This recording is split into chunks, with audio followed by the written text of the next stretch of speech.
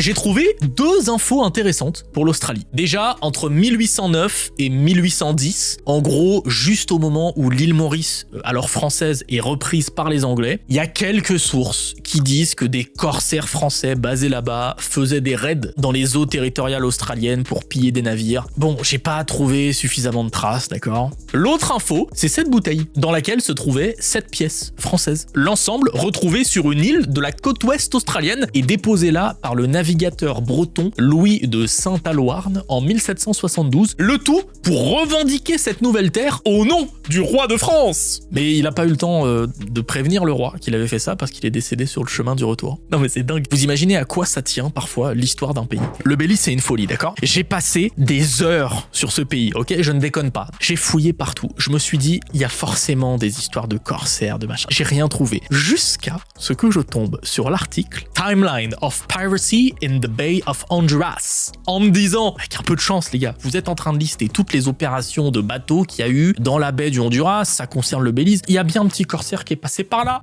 Oh mon dieu! 1804, des corsaires français surprennent des navires marchands près de Turneffe, l'atoll Turneffe au Belize. Et des corsaires, c'est quoi? C'est des mecs mandatés par le roi. Donc ça compte, c'est un militaire officiel. Donc forcément, je veux vérifier cette phrase. C'est juste une phrase posée sur Wikipédia. Je ne trouve l'info nulle part ailleurs sur Internet. Il y a une seule source qui renvoie sur un portail privé d'Harvard. Il faut un compte Harvard. J'ai une tête à aller à Harvard, moi. J'ai partagé sur Insta ma déception. Et tout d'un coup, qu'est-ce que je reçois pas par DM? Un héros. Un chercheur à Harvard est parmi mes followers.